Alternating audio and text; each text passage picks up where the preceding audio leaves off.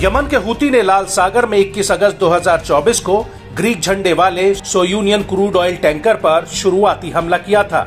इसके बाद अगले दिन भी हूती ने इस जहाज पर कई मिसाइलें बरसाई थी, जिसकी वजह से इस जहाज में आग लग गई थी और करीब एक हफ्ते तक इस जहाज के कई हिस्सों में आग धधकती रही थी।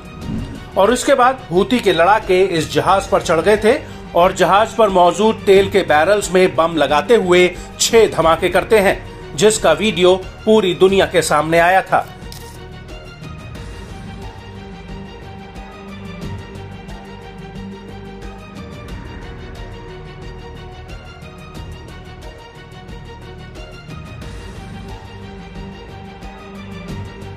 लेकिन अब एक बार फिर से हूती ने एक ऐसा ही हमला किया है। हूती ने लाल सागर में पनामा के झंडे वाले ब्लू लेगून 1 जहाज पर हमला किया है। हूती का आरोप है कि ये जहाज प्रतिबंधित फिलिस्तीनी बंदरगाह की तरफ जा रहा था, जिसकी वजह से इस जहाज पर हमला किया गया।